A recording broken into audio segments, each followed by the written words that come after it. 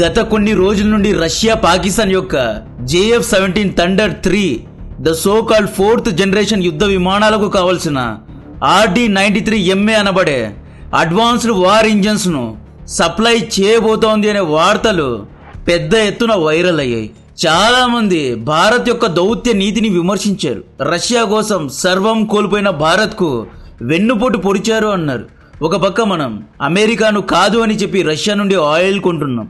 Russia కోసం USA ద్వారా 50% tariff ను నెత్తిన వేసుకున్నాం. ఫిబ్రవరి 2022 నుండి యుక్రెయిన్ లో యుద్ధం జరుగుతోంది. రష్యా యొక్క చాలా వరకు వ్యాపారాలు షట్ డౌన్ అయ్యాయి. రష్యా పైన శాంక్షన్స్ పడ్డాయి. యూరోప్ దేశాలు ఆయిల్ అండ్ గ్యాస్ ను కొనడం తగ్గించారు. ఆల్మోస్ట్ రష్యా పనైపోయింది అనుకునే టైంలో ఇండియా చెయ్యందించింది.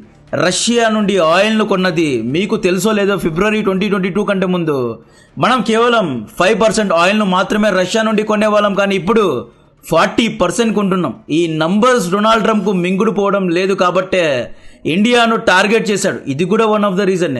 ఇండియా ఒకవేళ లేదు అంటే రష్యా ఆర్థికంగా కృంగిపోయేది, యుద్ధంలో ఓడిపోయేది.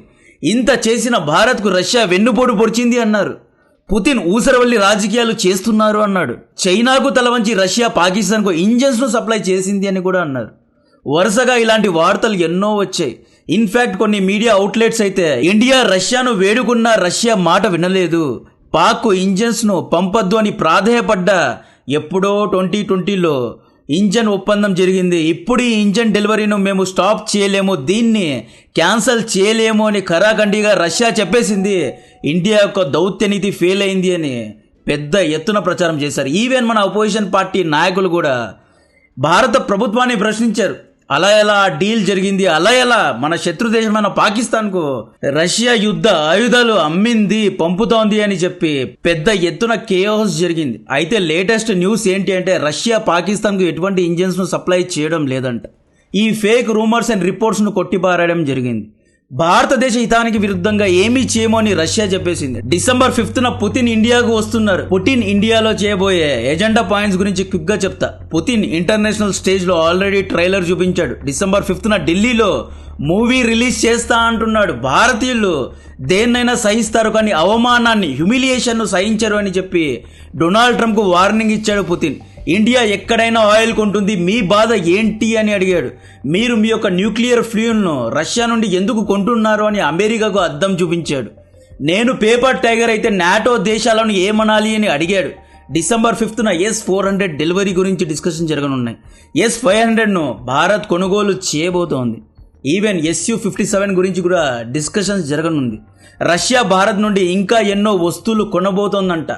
ఇండియా రష్యా మధ్య వ్యాపార లోటు, ట్రేడ్ డెఫిసిట్ ఉంది. ఈ ట్రేడ్ డెఫిసిట్ ను పూరించడానికి రష్యా ఇండియా నుండి వీట్, అగ్రికల్చర్ ప్రొడక్ట్స్, మెడిసిన్స్ ఇలా ఎన్నో వస్తువులు కొనబోతోంది అన్నమాట. సో పుతిన్ ఎన్నో హామీలు ఇచ్చాడు. ఇండియాతో ఇంకా గట్టిగా ఎంగేజ్ అవుతాను అంటున్నాడు. Maybe India, Russia and China ఈ ముగ్గురు కలిసి కొత్త కరెన్సీను, బార్టర్ సిస్టమ్ ను ప్రవేశపెట్టగలరు. All eyes on RIC now. ఎన్నో జరగనున్నాయి. Again back to JF-17 engine issue. ఈ ఇంజన్ ఎందుకు పాకిస్తాన్కు ముఖ్యమైనది అంటే పాకిస్తాన్, చైనా ఈ ఇద్దరు ఆల్ వెదర్ స్నేహితులు 2024 కంటే ముందు జాయింట్ గా JF-17 ఫైటర్ జెట్స్ ను పాకిస్తాన్లో తయారు చేసుకున్నారు. చైనా యొక్క చెంగ్డు కోఆపరేషన్ కంపెనీ, పాకిస్తాన్ యొక్క ఏరోనాటికల్ కంపెనీ ఇద్దరు కలిసి 150 జెట్స్ ను తయారు చేసుకున్నారు. అయితే జెట్స్ కు కావాల్సిన ఇంజన్ RD-93 రష్యా సప్లై చేస్తుంది అన్నమాట. యాక్చువల్లీ చైనా దగ్గర 4th, 5th Jan air crafts ఉన్నా కూడా ఇంజన్ ను రష్యా నుండే కొనుక్కుంటుంది. లేదా రష్యా యొక్క ఇంజన్స్ యొక్క లైసెన్స్ ను తీసుకొని రష్యా ఇంజన్స్ నే చైనాలో తయారు చేసుకుంటుంది చైనా.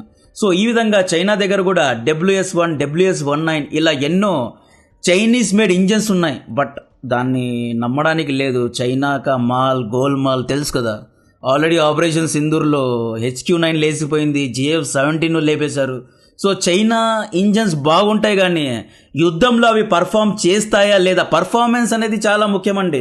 పర్ఫార్మెన్స్ చేయలేదు అంటే ఎంత పెద్ద యుద్ధ విమానమైనా వేస్ట్.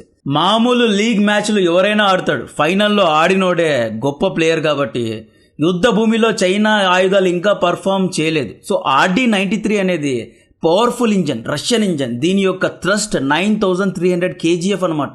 ఈ RD-93 యొక్క లోయర్ వర్షన్ అయిన RD-3నే MiG-21 వాడతారు. MiG-29 బైసన్ గురించి తెలిసే కదా. 2019లో అభినందన్ గారు 2.5 MiG-21 ఏసుకెళ్లి F-16 అనబడే 4th జనరేషన్ పాకిస్తాన్ యుద్ధ విమానాన్ని లేపేశారు. సో MiG-21 అనేది ఓజీ యుద్ధ విమానం అనమాట. సో MiG-21లో కూడా RD సిరీస్ ఇంజన్స్నే వాడతారు.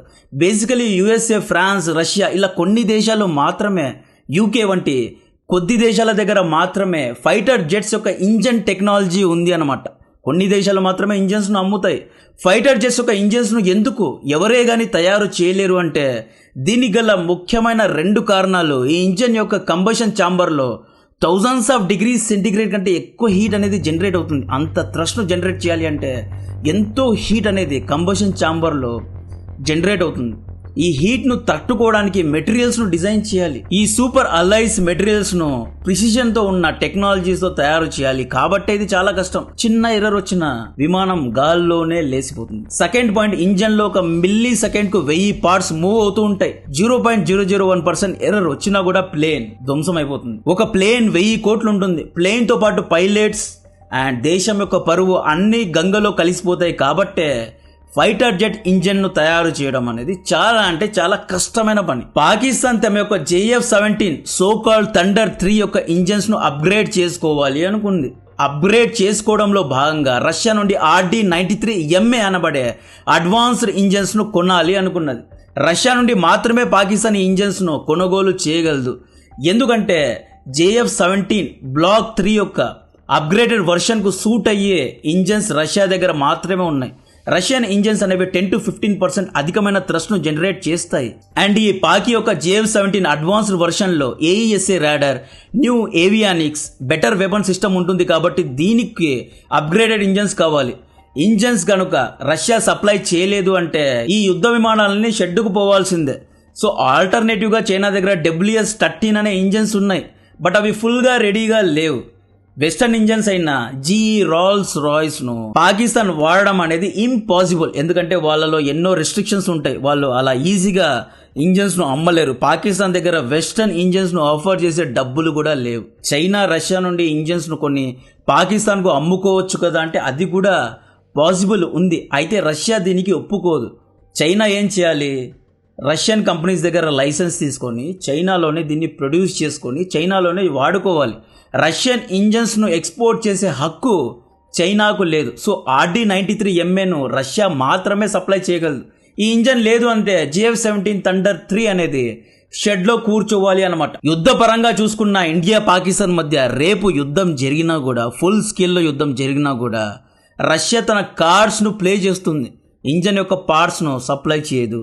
ఆపరేషన్ ఇష్యూస్లో ఫిట్టింగ్స్ పెడుతుంది. మెయింటెనెన్స్ను సరిగ్గా చేయదు. ఈ రకంగా ఈ ఇంజన్స్ను రష్యా వెపనైజ్ చేసే అవకాశాలు కూడా ఉన్నాయి. యాక్చువల్లీ పాకిస్తాన్కు ఇది చాలా పెద్ద ఎదురుదెబ్బ. ఫైనలీ ఒక్క విషయం చెప్పాలి. టెక్నాలజీని పక్కన పెడితే 2019లో బాలాకోట్ ఇష్యూ సమయంలో మన అభినందన్ గారు 2.5 జెన్ లేదా 3rd జెన్ MiG-21 బైసన్ను తీసుకెళ్లి అమెరికా యొక్క మోస్ట్ అడ్వాన్స్డ్ F-16 ఫైటర్ జెట్స్ను లేపేశారు. అసలు ఎంత ధైర్యం ఉంటే ఇది చేయగలరు? పాకిస్తాన్కు 6th జనరేషన్ ఫైటర్ జెట్ ఇచ్చినా కూడా విజయం సాధించలేదు.